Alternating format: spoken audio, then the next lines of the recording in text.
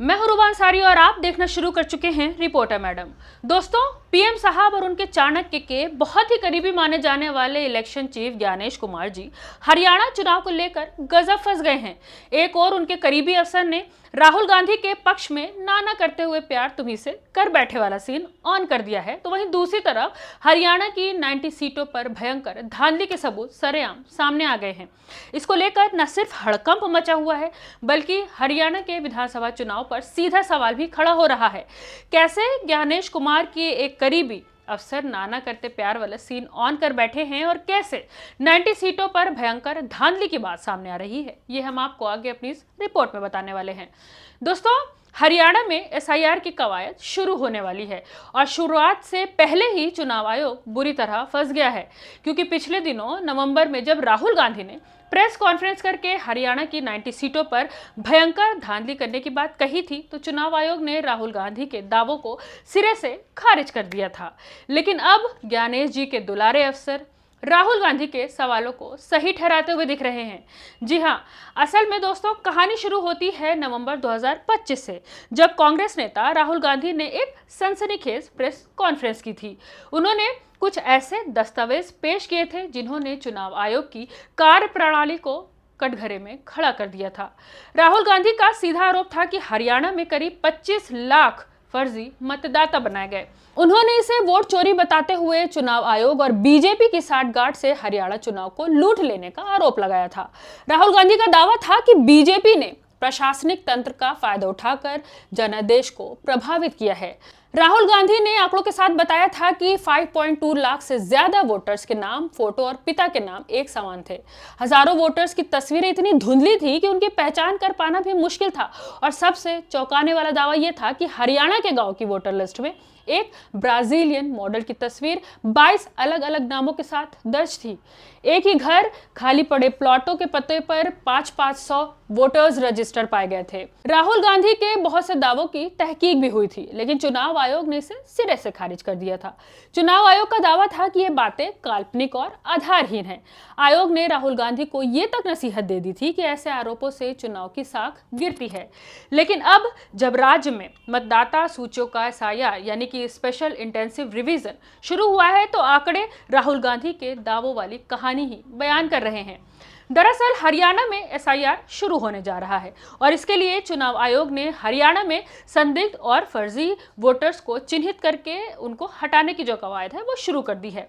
Media reports के हवाले से जो बातें सामने आई है उसमें बताया जा रहा है कि चुनाव आयोग एक सॉफ्टवेयर का इस्तेमाल कर रहा है जिसमें नाम, पिता का नाम, पता, व्यवसाय 29 लाख वोटरों के एक जैसे पाए गए हैं। यानी कि हरियाणा की वोटर लिस्ट में 29 लाख मतदाता संदिग्ध है।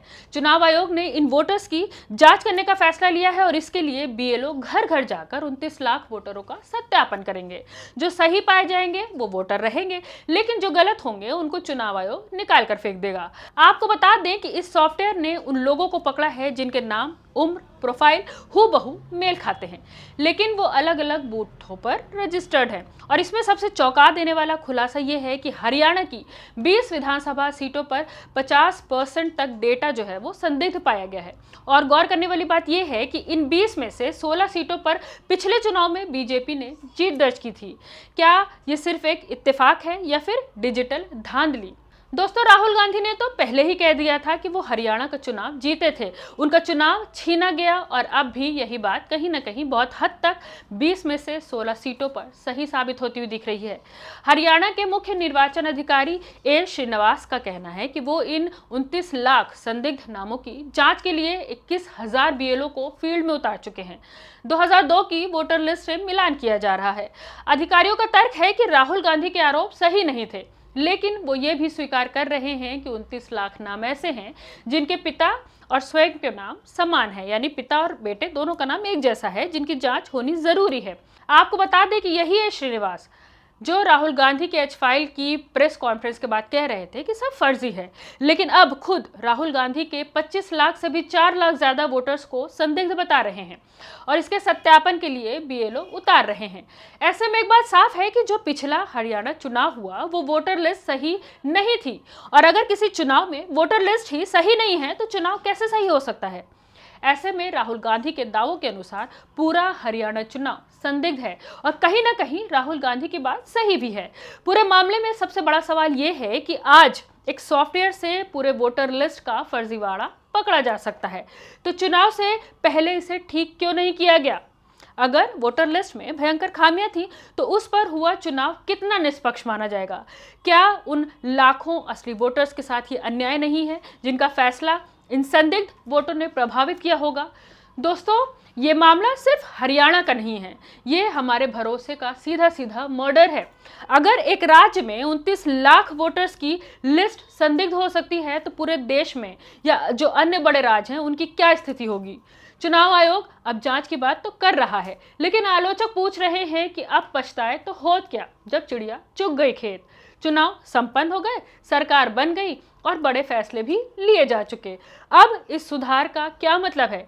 क्या ये सिर्फ अपनी छवि बचाने की एक कोशिश है या वाकई कोई जवाबदेही तय होगी? आपको क्या लगता है कि राहुल गांधी ने जो सवाल उठाए थे, क्या अब वो सही साबित हो रहे हैं?